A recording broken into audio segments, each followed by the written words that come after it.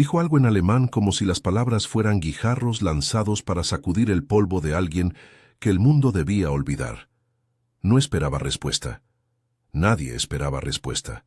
Pero Elena Navarro lo oyó todo, y no porque fuera más lista que los demás, sino porque llevaba las lenguas en los huesos. Las había aprendido en noches largas, junto a una lámpara de aceite, con la voz de su abuela, repitiendo sílabas, hasta que la casa oliera a pan y a tinta. Esa noche, bajo los candelabros del restaurante La Estrella Dorada, la risa de Maximiliano Alderete rebotó en el cristal y en la piel de Elena como un golpe seco. Él dijo: «Sagen Sie, diese Kellnerin hat nichts bei uns zu suchen». ¿Lo oye? Y la frase cayó traducida en la cabeza de Elena. «Mire, esta camarera no tiene lugar aquí». La bandeja tembló apenas. El vino no se derramó, pero el pulso de Elena marcó un compás distinto. Sus manos eran profesionales, firmes, aprendidas en turnos que olían a calamares y salitre, no a caviar ni a flauta de cristal, pero lo que su exterior no revelaba era lo que resonaba adentro. Cada sílaba alemana activó una memoria, una lección de Mercedes, su abuela, quien había sido traductora para organismos que llamaban instituciones serias, y que enseñó a Elena 7 idiomas como quien da un abrigo para el invierno: alemán, francés, inglés, portugués, italiano, mandarín y español, uno por cada herida y otra por cada consuelo. Y no como hobby, sino como herramienta de supervivencia. La Estrella Dorada tenía mesas tan largas que podrían haber servido de pasarela para egos. Tenía manteles que hacían crujir los billetes y camareros que aprendían a desaparecer entre las sombras para no molestar a los que compraban la noche a precio de luna. Elena era precisamente eso, una presencia pulcra y eficiente que el local toleraba hasta el gesto condescendiente de un plato servido con exceso de sal. Aquella noche, el comedor bullía de risas vendidas y conversaciones afiladas como cuchillos filosos. Maximiliano Alderete presidía la mesa central como un rey de vidrio. Su hijo Rodrigo jugueteaba con el teléfono, retocando la imagen que luego vería el mundo. Ambos creían que el idioma era una muralla. Si hablaban en alemán, nadie los entendería. Si hablaban en alemán, podían decir lo peor. Elena entendió todo. Le oyó decir a Maximiliano, en esa mezcla de desdén y diversión: «Wir kaufen das alte Krankenhaus. Einige Dienste werden wir wegrationalisieren. Niemand wird sich beschweren, wenn wir die öffentlichen Mittel richtig schieben». Nadie se quejará si ajustan el presupuesto del San Vicente. Nadie entendería la palabra «wegracionalisieren», salvo ella. Nadie, pensó Maximiliano, pero no contaba con Mercedes en los huesos de Elena, ni con la memoria antigua de una familia que había aprendido a traducir más que palabras. Significados, compromisos, acuerdos sellados con manos que ahora yacían en papeles amarillentos en un cajón. Ella no reaccionó con gestos grandilocuentes. Elena no era de las que atraían atención con estruendo. Su fuerza tenía otra forma, más contenida, como la que adquiere un muro cuando decide no ceder. Sonrió mientras servía el tercer plato, una sonrisa que no era ni sumisa ni desafiante, solo práctica. Pero dentro, su carne se tensó. Recordó la última consulta en la clínica donde Mercedes había recibido su informe. Servicios recortados, esperas más largas, una línea administrativa que pasaba por encima de la dignidad de los pacientes ancianos. Recordó la voz de su abuela, que le enseñó a no traducir solo palabras, sino intenciones. Si el grupo Alderete compraba el San Vicente, muchas cosas, incluidas las citas de Mercedes, podrían desaparecer como si nunca hubieran sido. En un gesto que nadie esperaba, cuando se acercó a la mesa para retirar una copa vacía, Elena dirigió una frase en perfecto alemán a la cabeza de la mesa. No fue una réplica virulenta ni una exhibición teatral, fue un hilo tenso, lanzado en el momento justo. «Herr Alderete, bitte beachten Sie, das Krankenhaus ist für viele das letzte Zuhause». Señor Alderete, por favor tenga en cuenta, el hospital es el último hogar de muchos. Su voz no tembló. Era una frase que, traducida, sonaba a reproche y a advertencia. El salón se congeló en una sucesión de miradas que tenían el brillo culpable de quien no se esperaba visto. Los utensilios tintinearon como complots. La risa se cortó. Rodrigo clavó los ojos. Los hombres alrededor adoptaron una postura de quien oye algo incomprensible y busca refugio en la indiferencia. Maximiliano miró a Elena como quien examina una rareza en un libro de viajes, con curiosidad y con la intención de catalogarla. ¿Habla usted alemán?, preguntó con un acento que no ocultaba su sorpresa. Elena, que había aprendido desde pequeña a responder a preguntas con verdades necesarias, no negó. Sí, dijo en español, y después, como para borrarle la certeza de la impunidad, añadió en voz baja, para el oído de quien la había humillado, y sé lo que van a hacer con el San Vicente. Si quieres saber cómo una sola palabra puede cambiarlo todo, quédate. Suscríbete y sigue con nosotros hasta el final de esta historia. La oferta llegó casi de inmediato, y con la textura fría de un billete enrollado. Una mano que no se esperaba, un sobre blanco con membrete del Grupo Alderete. No era una invitación a discutir las políticas del hospital, era un intento de comprar silencio. Maximiliano, con la sonrisa de quien ha creado una red que siempre le devuelve favores, le sugirió a Elena algo que sonó a broma para la mesa y a amenaza para ella. Podríamos encontrarle un puesto mejor, una seguridad, quizá una pensión. No es necesario que haga problemas, Frau Navarro. La frase sonaba lujosa, pero detrás tenía el filo del chantaje. No ofrecía dignidad, sino una transacción. Elena supo, en 3 segundos, que aquel gesto no venía por bondad. Vino was poured, toasts were made, but the real transaction took place under the table. A paper that smelled faintly of expensive glue. A cheque gigantesco doblado como una propuesta de silencio. Sofía Miranda, la gerente, apareció con la eficiencia de quien sabe en qué lado conviene estar. Hizo una broma vacía. Dijo que quizás un puesto en eventos le vendría bien, que la vida puede ser corta y mejor segura. En la cocina, Augusto Peralta, el chef, la única persona del establecimiento que parecía ver a Elena sin usar la mirada como antorcha, aproximó su cara como quien intenta leer el mapa de un amigo. Augusto había sido confidente durante años. Sabía que Elena callaba por prudencia, no por miedo. Le deslizó un papel sin que la mesa lo notara. No lo aceptes. Fue un acto pequeño, humano, que caló hondo. Augusto sabía del San Vicente, lo mismo que los que lavaban platos, y veían ancianos llegar con el cuerpo entregado. Y sabía que aceptar era decir adiós a algo más que una ética. Era vender a Mercedes. La duda acudió con rapidez, como siempre que una vida se pone un precio.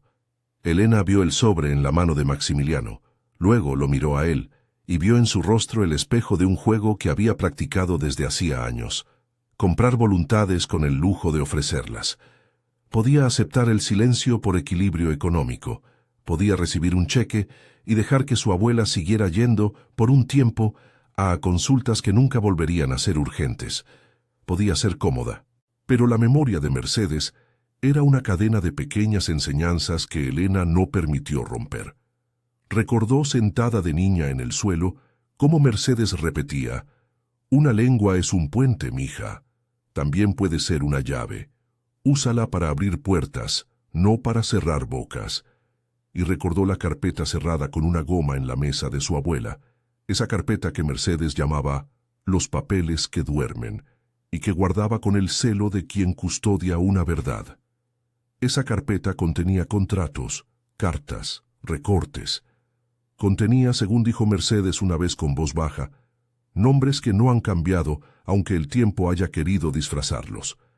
Elena había prometido, sin saberlo, no dejar que aquellos papeles se volvieran ceniza a cambio de un sobre. La escena fue un acto de humillación calculada y de poder mostrato. Maximiliano habló de la compra del hospital en voz baja pero firme, como quien enumeraba fichas de un juego, y Elena respondió en el idioma con que lo había nombrado. Fue suficiente para provocar. Maximiliano soltó entonces la oferta directa. No era solo dinero, ofrecía la construcción de una historia conveniente. «Nosotros preservamos lo que importa, Frau Navarro. Solo pedimos discreción de quien no entiende de los grandes asuntos. Fue un aviso con guante de terciopelo. Esa noche, al cerrar, la cocina olía a ajo y a nervios. Elena no cerró las cajas de los postres con la misma calma de siempre. Cuando entró en el cuarto pequeño donde se cambiaban los uniformes, su móvil tintineó. Un mensaje sin remitente. Acepta y no tendrás problemas. No tenía remitente, pero los pulgares conocían la caligrafía del control. El corazón le dio un vuelco que no era de miedo inmediato, sino de cólera contenida. Alguien estaba poniendo precio a su dignidad y a la salud de su abuela. La primera reacción instintiva de Elena fue llamar a Mercedes. La abuela vivía en un apartamento modesto que olía a té y páginas, con estanterías de libros que más que adornar eran guardianes. Mercedes abrió la puerta con el gesto de quien siempre se sorprende de ver la continuidad de la vida en la figura de su nieta. Sus manos, arrugadas pero firmes, sostuvieron a Elena como quien colecta un souvenir picado por la lluvia. Cuando le contó, Mercedes no se alarmó tanto por el cheque cuanto por la previsible indiferencia de los poderosos. «Hace años que los poderosos compran silencios», dijo con la voz que no chirría en la indignación, sino que es como una piedra pulida por la corriente. «Pero donde hubo acuerdos siempre quedan papeles. ¿Trajiste la carpeta?», preguntó. La carpeta. Esa era la palabra que encendió la reconstrucción de un pasado. Mercedes la sacó de debajo de la cama, envuelta en un paño con olor a lavanda. Era gruesa, rellenada de años. Cuando la abrió, Elena vio firmas, sellos, una fotocopia de un pasaporte con otro nombre, y una carta con una letra que le resultaba extraña y cercana a la vez. Allí había contratos de construcción, acuerdos de cesión, una cuenta donde figuraba un pago hecho a nombre de alguien que ya no podía defenderse. Había una nómina con el apellido Alderete y una anotación a mano que decía: evitar que la señora se convierta en problema, pagar y olvidar. En esa red de frases estaban los retazos de la desaparición de Rosa, la madre de Elena, de quien Mercedes hablaba con la misma mezcla de reproche y ternura que usaba para explicar una receta. Mercedes, ex traductora con más mundo del que su apartamento dejaba creer, había guardado pruebas sin proponérselo al principio, por orgullo o por miedo, y luego por la convicción de que algún día harían falta.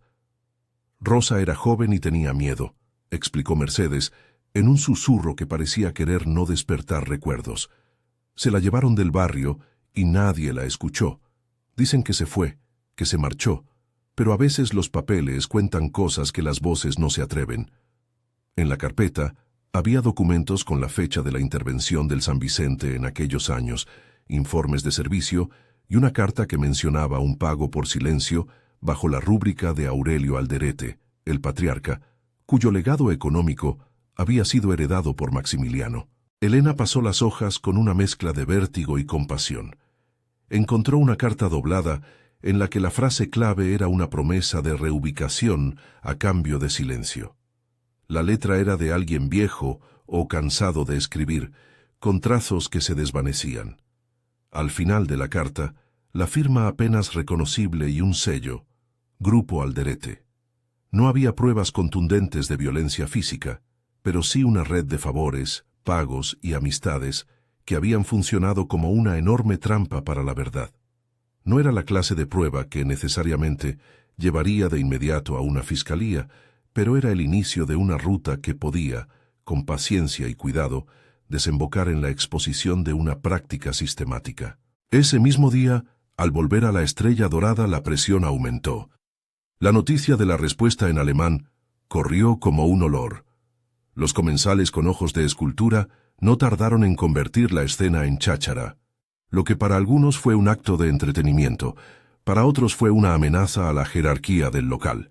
Elena notó miradas que la medían con desprecio deliberado. Sofía, que hasta entonces había sido la persona de conciliación, le pidió que firmara un aviso de suspensión por comportamiento inapropiado con un cliente. Las palabras sonaban a formalidad, pero eran el primer paso de una maquinaria que sabría cómo hacer callar a los incómodos. Esa noche, Elena recibió la carta: suspensión temporal mientras se investigaba la conducta profesional. No hubo conversación real. Hubo un protocolo que parecía diseñado para obedecer la presión de aquellos que pagan sin preguntar. La firma en la notificación pertenecía a la gerencia, y en la esquina superior había un sello que parecía más temeroso que seguro. Fue un golpe de poder frío. Si la sacaban de su trabajo, su ingreso se esfumaba, y con él la capacidad de sostener a Mercedes. Si aceptaba el sobre, la dignidad se diluía, pero la supervivencia inmediata quedaba resuelta. Fue un dilema con aristas que cortaban. En la noche, cuando la ciudad parecía menos resplandeciente y más consciente de sus grietas, Elena pensó en cuál sería el siguiente paso. Había opciones que conocía de haber escuchado historias: aceptar el dinero y callar, pelear desde la trinchera de la denuncia pública sin más pruebas que corazonadas, o buscar aliados. Fue esa última la que asomó como la más difícil y también la más necesaria. No podía confiar en la buena voluntad de quienes habían hecho de la discreción una moneda de cambio. Necesitaba a alguien que supiera traducir no solo la lengua, sino las intenciones de los poderosos en evidencia tangible. Augusto había sido el primero en ofrecerse en sombra, con la lealtad de quien comparte los hornos y los amaneceres sin juzgar. Pero sabía que la cocina no era territorio suficiente para enfrentar a una estructura que tenía abogados y recursos. La idea llegó como una chispa. Una periodista. Camila Fuentes, nombre que Elena había oído en las noticias cuando se denunciaban contratos turbios en otras latitudes, era reputada por no temer a los grandes. No era una promesa de victoria, pero sí una posibilidad de transformar rumores en informes que obligaran a abrir puertas. Antes de contactar a nadie, Elena guardó la carpeta de Mercedes en su bolso. La colocó con cuidado, como quien pone a salvo algo quebradizo. En el desplazamiento de la bolsa notó una esquina sobresaliente, una vieja fotocopia del pasaporte de Rosa, con una anotación que mencionaba un nombre francés y una fecha. Era una pista que le puso un mapa en la mano. Rosa había desaparecido de la ciudad, pero había dejado huellas que, con paciencia, podrían llevar a un lugar distinto, a una persona viva o a una verdad que necesitaba aire. Entonces sonó el timbre del teléfono. Un número desconocido. Elena dudó. Atendió. Una voz femenina, templada, se presentó como trabajadora en un medio independiente. «Sé de la escena en La Estrella», dijo la voz. «Y sé también por lo que llegó a mí, que su abuela tiene papeles. Si acepta que hablemos podemos ver qué hay detrás de ese sobre». Camila ofrecía no soluciones instantáneas, sino un proceso. Verificamos, cotejamos, y si procede, lo llevamos hasta donde deba ir. La periodista no prometía juicios ni arrestos al día siguiente. Ofrecía algo más: verdad. Elena, que había tolerado las falsas seguridades del dinero por menos de lo que costaba una consulta médica, sintió el peso de la oferta. No todo fue luz. La voz al otro lado comunicó riesgos. Si esto llega a oídos del grupo Alderete, pueden presionar, pueden amenazar fuentes, y algunos testigos retroceden. Necesitamos pruebas que no se puedan negar: fotos, recibos, contratos, cualquier cosa que conecte a un nombre con una acción. Camila no prometía héroes, prometía proceso. Elena, con la carpeta de Mercedes aún caliente entre sus cosas, comprendió que iniciar la ruta la ponía en el centro de un tablero que se movía con piezas sin rostro. Abogados, guardaespaldas, voces compradas. También le ofrecía la posibilidad de no aceptar el silencio como moneda. Esa conversación fue breve, pero suficiente para que Elena supiera que todavía había fuerzas dispuestas a buscar la verdad. Colgó con el corazón hostil y esperanzado a la vez. Sabía que al día siguiente la tensión aumentaría. Preguntas en la gerencia, presión de Maximiliano, más mensajes sin firma, pero también sabía que tenía algo más que una respuesta en alemán. Tenía una carpeta, una periodista dispuesta a escuchar y una red de pequeñas lealtades: Augusto, Mercedes, que no se vendían por un sobre. En los días siguientes, la vida siguió su doble compás. Por una parte, el restaurante continuó su danza de platos y copas. Por otra, el silencio cambió de cara y se volvió amenaza. Elena notó que los colegas la miraban con cautela, como quien evita pisar una losa que podría resbalar. Sofía se mostró más distante, y la notificación laboral pendía como un vestido que no le cabía. Maximiliano, cada vez que tenía la oportunidad, la nombraba en sus conversaciones como un evento agradable, como si la desacreditación pública fuera un pasatiempo. Y Rodrigo, que había sacado del bolsillo su ego de espejo, la miraba con el sarcasmo de quien cree que todo se reduce a poses. Un día, cuando pensaba que ya había probado el filo de la soledad, llegó a la cocina un sobre cerrado con una nota escrita con letra neutra. No insista, es mejor para todos. La nota no tenía firma, pero contenía la amenaza implícita de quienes saben usar el miedo como advertencia. Elena la dejó caer sobre la mesa, donde Augusto terminaba de emplatar.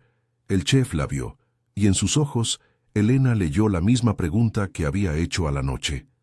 ¿Qué harás? La respuesta no llegaría esa noche con un gesto heroico. Llegó en silencio, en la forma que tienen las decisiones firmes. Elena recogió la carpeta, metió la nota anónima dentro y salió a la calle con el paso de quienes saben que ya no pueden volver a lo mismo. La ciudad la recibió con el sonido de los tranvías y la luz amarilla de un farol que parecía recordar las historias antiguas. Caminó hasta casa de Mercedes y antes de entrar, miró la ciudad que la había formado. No era la ciudad de los candelabros, era la ciudad de las dudas, de los actos cotidianos, la que, sin embargo, tenía también, en sus recintos más humildes, la posibilidad de recomponer a quienes fueron rotos. Esa noche, antes de dormir, Elena repasó mentalmente las opciones. Sabía que el camino sería largo. La carpeta necesitaba ser estudiada, las firmas cotejadas, los números de cuentas rastreados. Camila debía verificar. La fiscalía debía tener acceso a pruebas que no fueran simples susurros. Elena no era ingenua. Comprendía que la justicia era una máquina lenta que se movía con engranajes jurídicos y con plazos. Pero también sabía que el primer paso había sido dado. Se había negado a ser silenciada con dinero y había decidido convertir el idioma que aprendió en arma y en puente. Fuera, la ciudad respiraba noche. Dentro, en esa casa pequeña, la lámpara iluminaba la carpeta abierta, las manos de Mercedes que hoy le enseñaron a Elena que las lenguas también son herencia y deber. No es solo nuestra lucha, murmuró Mercedes, es de quienes no tienen voz. Elena la miró y supo que no podía permitirse retroceder, y en la confección de su determinación también entendió que el precio que pagaría no sería solo suyo. La cadena de consecuencias tocaría a otros, quizás a quienes ella amaba. Al amanecer, cuando la Estrella Dorada abría sus puertas como un teatro que repone cada día un elenco de prioridades, Elena se presentó con el uniforme limpio y la carpeta en el baúl de su bicicleta. Al entrar, el ambiente olía a café y a un mundo que no cambia de un día para otro. La gerencia la recibió con el protocolo asumido. «Necesitamos hablar», dijo Sofía, con el mismo tono que usan las instituciones cuando anuncian noticias previamente redactadas. Maximiliano la observaba desde la distancia, con esa mezcla de curiosidad y desdén que ya no la intimidaba del todo. Afuera había murmullos, dentro una mesa esperaba. Antes de que Sofía pudiera terminar la primera frase, alguien en la sala se levantó y pidió que le trajeran la cuenta. Era un comensal habitual, un empresario menor que, sin saberlo, se había convertido en el primer testigo de una escena que planeaba escalar. Elena sirvió la cuenta con la mecánica que la había sostenido siempre, exactitud y calma. No buscaba espectáculo, solo servía. Pero fue suficiente para ver otra vez la mirada de Maximiliano clavándose en ella como un cuchillo frío. Fue suficiente también para que entendiera que el siguiente paso ya estaba en marcha. No sería una lucha solitaria, ni un silencio comprado. Sería un proceso que empezaba en la voz de una camarera que sabía demasiadas lenguas y que por esa razón ya no era invisible. La tensión se respiró en entregas y en miradas.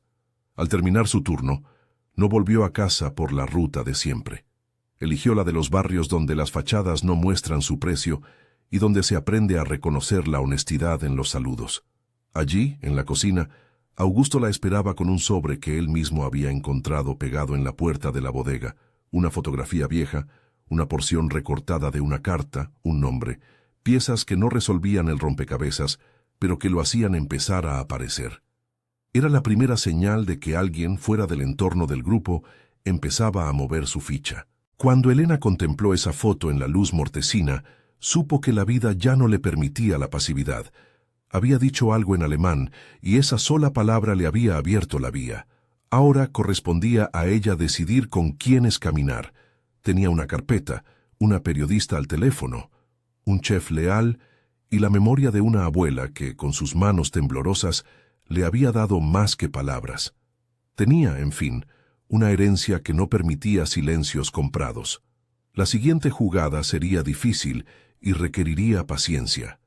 Pero al mirar la foto, Elena sintió que por primera vez en años su voz se volvía útil en otra dirección. No para servir copas, sino para traducir verdades que merecían ser escuchadas. Y así, con la carpeta cerrada bajo el brazo y un mensaje anónimo que todavía picaba como soga, salió a la calle en busca de la primera persona que, como Camila, quisiera ayudar a transformar palabras en pruebas. La ciudad seguía hablando en sus múltiples idiomas. Bocinas, sirenas, risas. Elena archivó la noche en el bolsillo y comenzó a caminar hacia donde la historia la necesitara. No sabía todavía cuál sería la primera ventana que se abriría, pero tenía clara una cosa. No permitiría que la burla en alemán fuera la última palabra. Tenía en su voz, en las lenguas que llevaba dentro, la capacidad de voltear el tablero. Y en la carpeta, la huella de una verdad que empezaba a desprenderse del polvo. La carpeta permaneció pegada al costado del cuerpo de Elena como si fuera un brazalete de hierro. Pesada, incómoda, imprescindible. No se permitió más dudas. Esa semana, sus amaneceres dejaron de ser rutina y se volvieron planificación. Cada gesto tenía un propósito: conservar la evidencia, no dejar cabos sueltos, no dar a nadie la ocasión de decir que todo había sido una conversación mal interpretada por una camarera resentida. Tenía una periodista dispuesta a escuchar y un chef que guardaba cosas que nadie más veía. Eso bastó para empezar. Se encontraron en un café pequeño, no en una redacción luminosa, sino en un lugar donde las mesas eran testigos de conversaciones que no querían huéspedes ajenos. Camila Fuentes llegó con una libreta, una grabadora y la mirada de quien presume escéptica, pero se esfuerza por creer cuando las pruebas lo exigen. Al ver la carpeta, sus manos hicieron el gesto inevitable de quien ha tratado millones de papeles: medir, ordenar, buscar lógica. Abrió sin espectáculo. Leyó nombres, fechas, sellos. Sus dedos dejaron marcas de tinta en los bordes del papel, como si la evidencia fuera un mapa que necesitara señalización urgente. «Tenemos que documentarlo todo», dijo Camila sin aire melodramático. Explicó en términos sencillos lo que haría: cotejar firmas, rastrear transferencias bancarias, solicitar copias a auditores y, si había indicios sólidos, llevarlo a la fiscalía. Habló de medidas cautelares, de órdenes de preservación, de cómo funciona la caja fuerte judicial, palabras que para Elena sonaban a burocracia, pero que, pronunciadas por alguien con experiencia, se transformaban en posibilidad. Camila también habló de riesgos. «Cuando tocas un pez gordo», advirtió, «el pez sacude el agua. Nosotros no somos una ONG de caridad. Somos un medio y tenemos protocolos. Verificamos, damos tiempo a las partes a presentar su versión y, sobre todo, cuidamos las fuentes». Elena asintió. No quería héroes, quería seguridad. Camila le pidió que le pasara todo lo que tuviera: la carpeta, las fotos, la nota anónima, y propuso una estrategia por pasos: publicación controlada para exponer indicios y, paralelamente, ir a la fiscalía con un paquete de pruebas que permitiera pedir medidas judiciales. Antes de que la reunión terminara, la pantalla de la mesa vibró con un mensaje antiguo, una fotografía que Augusto le había dejado en la puerta de la bodega. Camila la miró y su entereza titubeó un segundo. Era una foto de Rosa joven, con una sonrisa que Elena apenas conocía por recuerdos contados, Detrás un sello con un número de transferencia. «Esto conecta», murmuró Camila. «Si rastreamos la cuenta, si tenemos copia del pago, podemos pedir una orden para entrar a una caja de seguridad. No es inmediato, pero es la vía legal». Mientras tanto, el grupo Alderete no permanecía impasible. Fernando Castillo, abogado de impecable traje y tono liso, empezó a aparecer en el perímetro.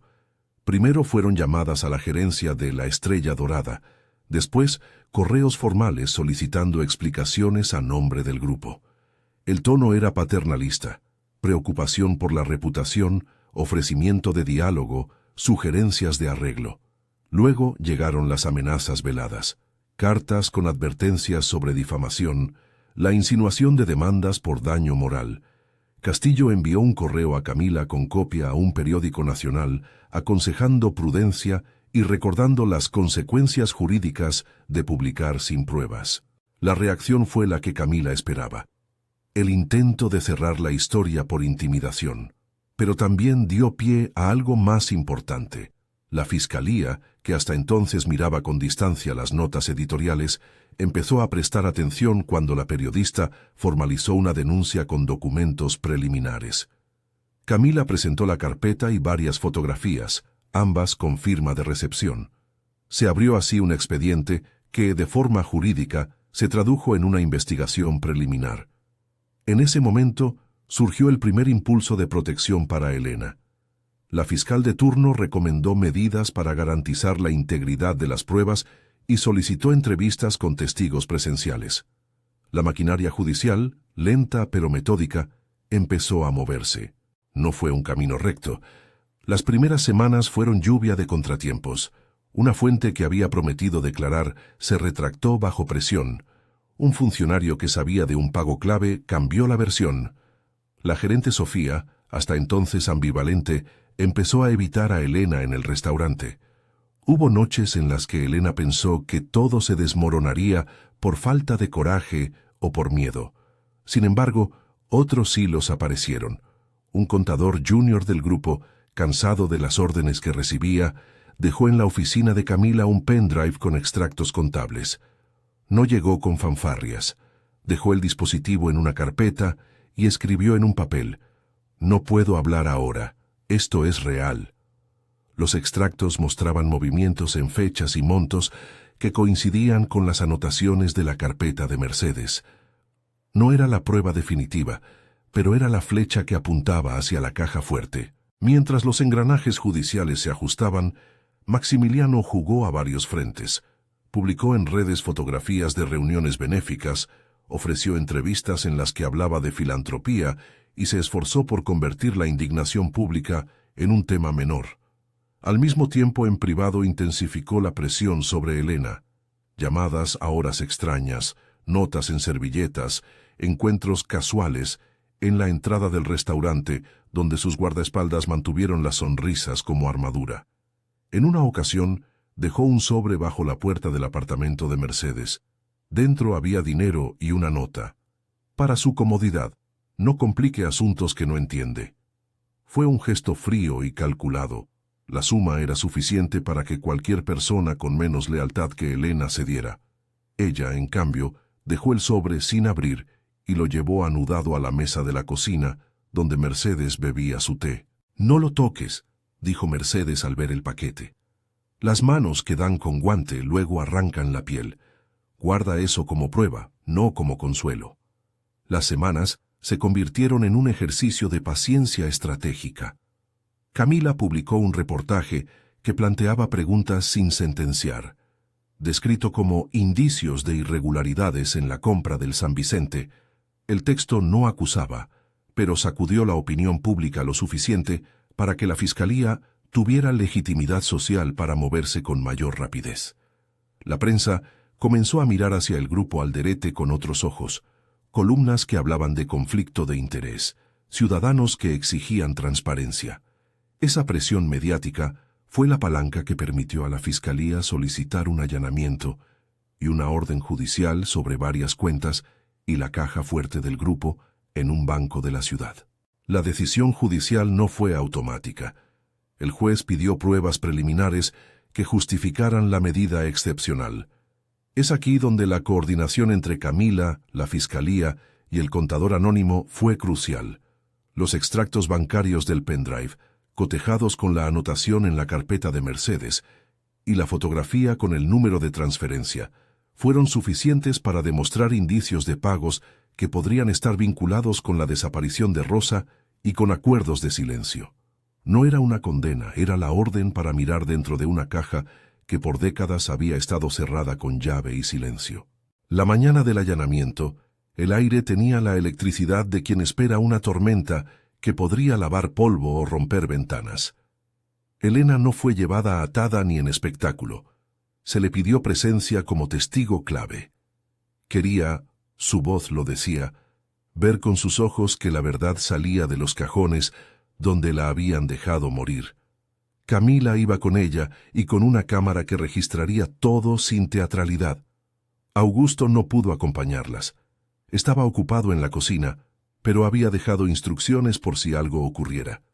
En la bodega había una caja con objetos de Rosa, entre ellos una tarjeta con una dirección parisina que nadie había logrado verificar. Al entrar al banco, los espacios eran fríos, de luz controlada. Los empleados miraron como si una tormenta hubiera decidido aparecer y nadie supiera la hora exacta para cerrar las ventanas. La juez autorizó la apertura de la caja. Cuando el técnico desplazó la cubierta, encontraron documentos en sobres de papel cebolla, un pasaporte vencido con otro nombre y, doblada con cuidado, una carta que no necesitó traducción para ser comprendida por Elena. La letra era de Rosa. Su nombre real estaba allí, y la dirección en París igualó la tarjeta que Augusto había traído la semana anterior. Ese hallazgo desencadenó una cadena. Entre los papeles había también contratos con sellos de la constructora Aldemar, una de las piezas del rompecabezas, recibos que coincidían con pagos hechos a una cuenta a nombre de Logan Ancie, y una nota manuscrita que decía en francés, «Por la paz de quienes he amado». Elena leyó la frase como si fuera una confesión tardía. No era evidencia de crimen físico, pero hablaba de un convenio. Alguien pagó y movió a Rosa para guardarla a salvo o para silenciarla. La naturaleza de ese pago aún debía probar con peritajes contables, pero la caja había dado pistas incontestables. La ira de Maximiliano fue visible. En el rostro le apareció el color de alguien que ve su tablero desplomarse. La Fiscalía pidió detenciones preventivas para impedir la destrucción de pruebas. El juez accedió a detener temporalmente a Maximiliano y a su hijo Rodrigo para interrogatorios, mientras se profundizaba la investigación. Fueron detenidos en la oficina central ante empleados que no salían de su asombro. Rodrigo, que hasta ese momento había jugado a la indiferencia, fue fotografiado con las manos temblando.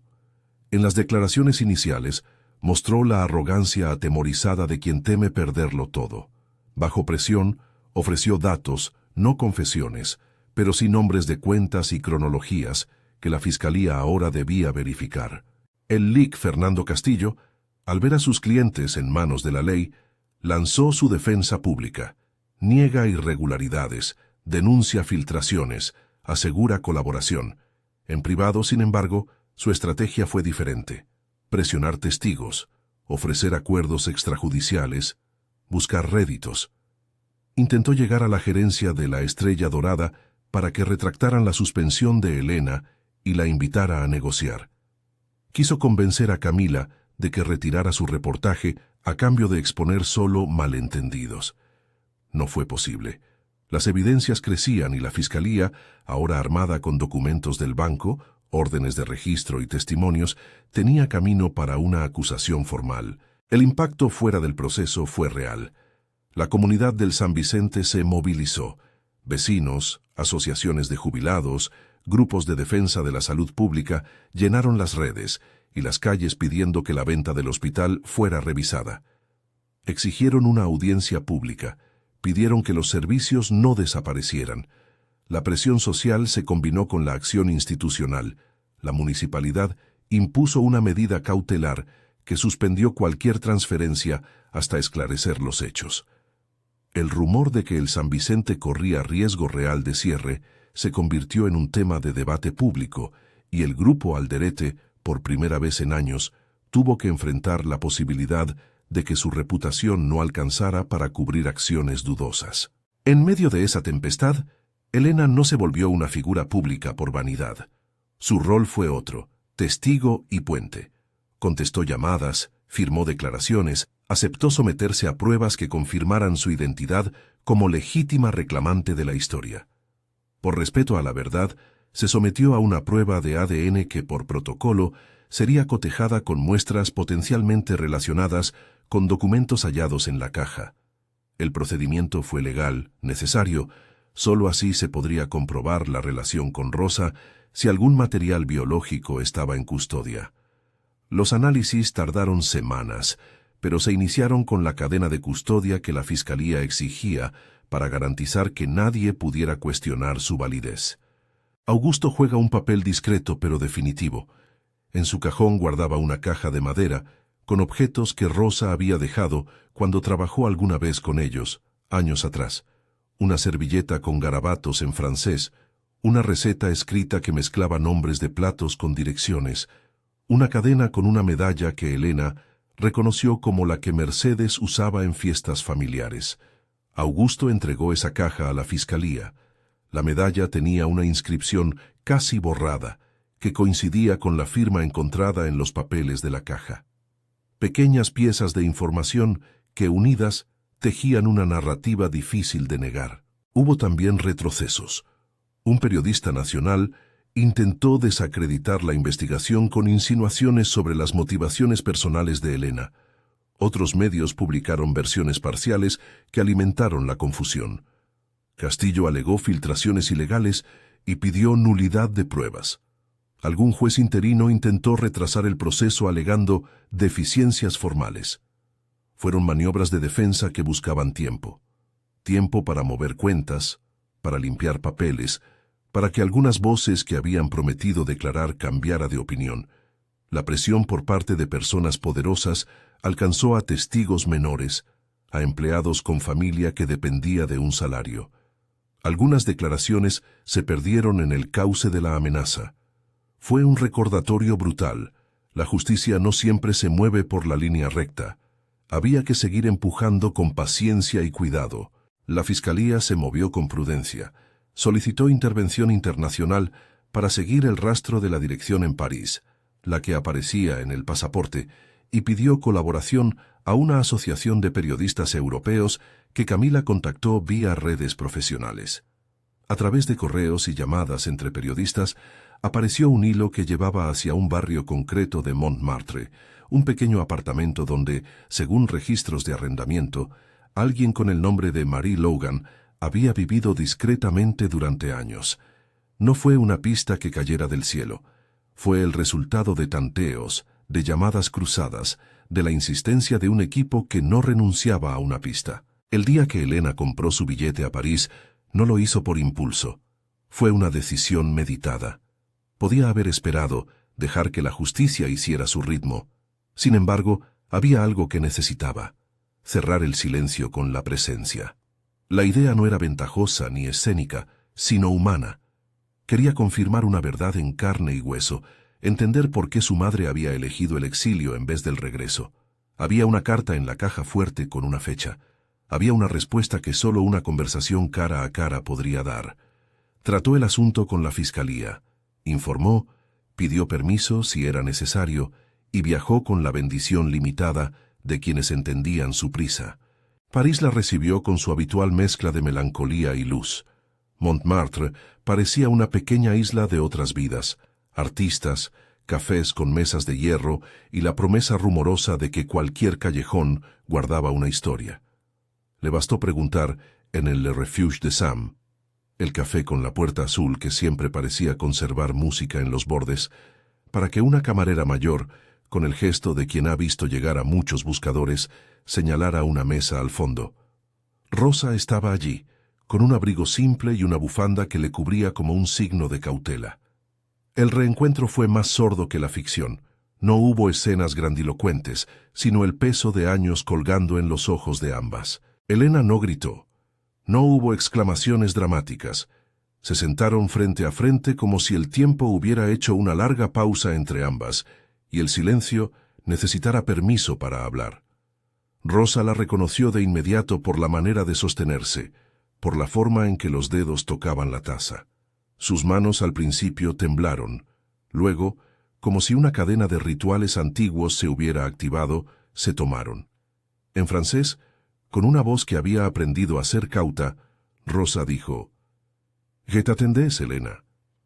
«Te esperaba», dijo, y la frase pesó como confesión y como alivio. La explicación de Rosa fue un hilo que fue desenredándose con cuidado. Reveló que había huido no porque quisiera abandonar a Mercedes ni a su hija, sino porque había creído que su permanencia los condenaría a un peligro mayor. Habló de amenazas veladas, de llamadas con tonos que no pedían sino imponían, de la sensación de que la ciudad se había vuelto una jaula. Cambió su nombre a Marie Logan, trabajó en limpiezas y traducciones para pequeñas editoriales, aprendió a no aparecer en nada que pudiera aclarar su pasado. La carta que había dejado, dijo, fue escrita cuando sabía que la única forma de proteger a su familia era alejarse. Lloró sin estrépito al contar que siempre había esperado que algún día alguien la buscara. Mercedes llegó días después, por avión de regreso que Elena pagó con lo que pudo. El encuentro de las tres fue menos cinematográfico y más íntimo. La abuela con su sabiduría templada en años, Rosa con su orgullo quebrado, Elena con la mezcla de rabia y gratitud que solo las hijas de silencio llevan. Mercedes sostuvo la mano de Rosa y en un momento susurró en alemán una frase que había repetido desde niña: «Sprache ist Zuhause». El idioma es hogar. Esa frase cerró algo y abrió otro. La idea de que las lenguas no solo sirven para comunicar, sino para reconstruir. La repercusión mediática del reencuentro fue inmediata, pero manejada. Camila publicó un reportaje que, sin sensacionalismo, conectó las piezas. Las fotos de Elena y Rosa en el café vinieron con la crónica que conectaba documentos, pagos y la orden de la fiscalía. Los lectores sintieron la historia como un hilo que mostraba desigualdades y errores. Para Elena, la prensa no era consuelo, sino herramienta. La visibilidad empezó a servir de escudo. La ciudad de origen se unió en pequeños gestos de solidaridad. Vecinos que organizaban colectas para apoyar la escuela que Elena soñaba. Pacientes del San Vicente que firmaban peticiones. Estudiantes de lenguas que ofrecían horas de voluntariado. En el frente judicial, la investigación siguió su curso inevitablemente técnico. Peritajes contables confirmaron transferencias a sociedades pantalla. La Caja Fuerte entregó contratos firmados por un apoderado del grupo Alderete que, según algunos sellos y anotaciones, tenía relación con la reubicación de Rosa. Rodrigo fue acusado formalmente de tentativa de ocultar pruebas. Maximiliano, de abuso de poder, presunta extorsión y fraude documental. El liquén Fernando Castillo presentó recursos, pidió nulidades procesales, se quejó de filtraciones.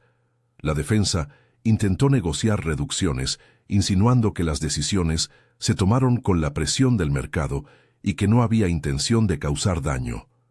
La fiscalía respondió con la contundencia de quien había reunido pruebas y sabía que la opinión pública y el derecho caminaban junto por la senda de la evidencia. Es importante decirlo con claridad. Los juicios no se resolvieron en una semana. Hubo audiencias, prórrogas, peritajes que dibujaron gráficos aburridos para el ciudadano común, pero decisivos para la sentencia. Hubo también acuerdos menores que redujeron algunos cargos por falta de pruebas concretas en ciertos aspectos. No hubo triunfalismo judicial inmediato, hubo, más bien, un avance metódico que, sin promesas de absolutos, devolvió a la comunidad la sensación de que la justicia funcionaba cuando se la alimentaba con pruebas. El San Vicente quedó bajo tutela provisional mientras se investigaban los términos de una posible venta. La municipalidad recibió órdenes para resguardar los servicios esenciales. La vida de Elena, entretanto, halló su nueva cadencia. A su regreso, con Rosa y Mercedes a su lado, decidió que no podía limitarse a denunciar sin ofrecer reconstrucción.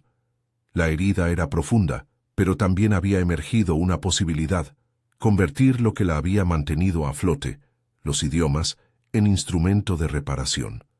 Así nació la idea de la escuela, un lugar modesto, cerca del barrio donde creció, donde el aprendizaje de lenguas fuera gratuito para quienes no podían pagarlo, y de paga solidaria para otros, con becas para ancianos del San Vicente. La primera aula fue una cocina reconvertida, con mesas prestadas, pizarras hechas con puertas viejas y una esperanza que no cabía en las medidas más precisas. La inauguración fue sencilla. Mercedes dio la bienvenida con un discurso breve que no hablaba de logros, sino de obligación. No aprendimos estas lenguas para presumir, dijo. Las aprendimos para abrir puertas. Rosa, que hasta entonces había aprendido a mirar el mundo con una cautela cariñosa, enseñó francés a un grupo de vecinos que venían a escuchar y en silencio ofreció traducciones a quienes no entendían los documentos del hospital. Elena, por su parte, se convirtió en directora y profesora, no porque pretenda hacerlo todo, sino porque entendió que el liderazgo no es espectáculo, sino constancia. La escuela, la bautizaron Puentes, abrió con una matrícula pequeña y con la bendición de gente que había visto la historia nacer. Periodistas cubrieron la inauguración no para explotar la emotividad, sino para mostrar que de una humillación pública nació una respuesta colectiva. Los primeros cursos incluyeron clases de alemán para quienes trabajaban en atención al cliente, francés para ancianos que querían viajar a ver a familiares y mandarín básico para quienes soñaban con cursos de comercio. La diversidad del programa reflejaba la vida de Elena, 7 lenguas que eran, una por una, herramientas de acceso y dignidad. Lo más notable fue la comunidad que se formó alrededor de la escuela. Personas que habían pasado por el San Vicente llegaron a dar charlas sobre salud. Estudiantes universitarios se ofrecieron a dar tutorías. Augusto, en un gesto cotidiano de apoyo, cedió la cocina un día a la semana para clases prácticas de vocabulario gastronómico. La idea no era lucrativa y la escuela permaneció modesta, pero funcionó como contrapeso simbólico. La lengua dejó de ser privilegio y se volvió derecho. En lo judicial el proceso continuó. Algunos ejecutivos del grupo Alderete enfrentaron cargos variados, otros negociaron acuerdos que implicaron restituciones o multas. No todos los caminos terminaron igual. La justicia no siempre reparó con la misma vara a todos los implicados, pero hubo consecuencias. Investigaciones adicionales se abrieron sobre contratos del grupo con entidades públicas, y la discusión sobre la transparencia en las compras de hospitales quedó abierta en la agenda nacional. La sensación pública fue que algo había cambiado. Los grandes ya no podían mover las piezas sin exponerse. A Elena no le pesó la falta de un final perfecto. Lo que le importaba, y lo que la mantenía viva, era la reconstrucción diaria. Rosa volvió a su país cada tanto, pero eligió una vida más cercana y menos expuesta. Mercedes, orgullosa, enseñó en la escuela y en sus clases mezclaba idiomas y recetas. Era una maestra de la vida. Augusto siguió cocinando, pero también ayudó con la logística de las clases. Camila se convirtió en amiga y voz que contó la historia con rigor. Cada figura asumió su lugar sin glamour, pero con honestidad. La trama, que naciera de una burla en alemán, ahora se desplegaba en acciones que cuidaban la dignidad de otros. En noches de calma, cuando la escuela cerraba y las lámparas amarillas quedaban encendidas como promesa, Elena caminaba por las calles que la habían formado. A veces iba a la ventana de la Estrella Dorada y miraba las mesas donde una vez había servido con manos tensas. Ya no sufría la misma invisibilidad. Su voz tenía público y propósito, y eso la transformó. Recordaba con frecuencia aquella frase en alemán que detonó todo. Die Kellnerin hat nichts bei uns zu suchen. La camarera no tiene lugar aquí. Era una piedra en el zapato, una provocación de quien cree que la lengua protege la impunidad. Ahora, años después, cuando niños y jóvenes pronunciaban en el aula las palabras que abrían mundos, cuando un anciano del barrio leía en voz alta una receta en portugués que le descubría sabores, Elena entendía que su respuesta en la noche del insulto había sido solo el inicio. La verdadera respuesta era lenta y colectiva. enseñar, reunir, traducir los silencios en nombres y obligar a la ciudad a mirar. No hubo fanfarrias en la clausura del caso. Hubo audiencias, resoluciones parciales y la sensación de que la historia seguía viva en su devenir jurídico. Algunos nombres fueron sancionados. Otros recibieron condenas que serían discutidas en minutos técnicos y apelaciones. Para Elena ese no era el punto final. Lo que importaba era la reconstrucción diaria, la escuela, el regreso de Rosa y la recuperación de la dignidad de Mercedes. En una tarde de otoño, años después, la escuela Puentes celebró su primer aniversario. Los alumnos organizaron una feria de idiomas, puestos con platos, poesía en mandarín, un coro que cantó en italiano y un rincón donde un grupo de ancianos recitó en francés poemas que habían aprendido con Rosa. Elena caminó entre stands, con la carpeta guardada en un cajón de su mesa, como un objeto que fue necesario pero que ya no la definía. Sostuvo la mano de su madre y de su abuela, miró a Augusto entre la muchedumbre y por un momento supo que el gesto inicial de no aceptar la humillación había creado algo mayor que ella. La ciudad continuó con sus injusticias y sus bondades. El San Vicente siguió bajo vigilancia ciudadana y algunos servicios se restituyeron gracias a alianzas públicas. La escuela siguió funcionando, pequeña pero firme, y Elena aprendió a decir no a la exposición innecesaria. Comprendió que la verdadera defensa de la verdad no era tener titulares eternos, sino construir instituciones que sobrevivieran al ruido.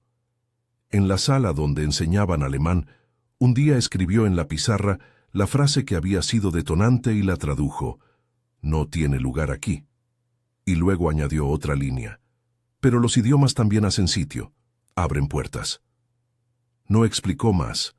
Los estudiantes entendieron la lección con los cuerpos, algunos por experiencia propia, otros por empatía recién aprendida. La lección fue, al fin, que la respuesta a la burla no fue la humillación de un millonario, sino la transformación de una capacidad en herramienta colectiva. Si esta historia tocó algo en ti, si crees que el conocimiento puede ser arma y refugio, o si piensas que la dignidad merece defensa, comparte esta narración con alguien que necesite recordar que una voz, un idioma, una carpeta guardada, pueden ser el inicio de un cambio real. Comparte si crees en la justicia imperfecta que se construye con pruebas, paciencia y gente dispuesta a no vender su silencio.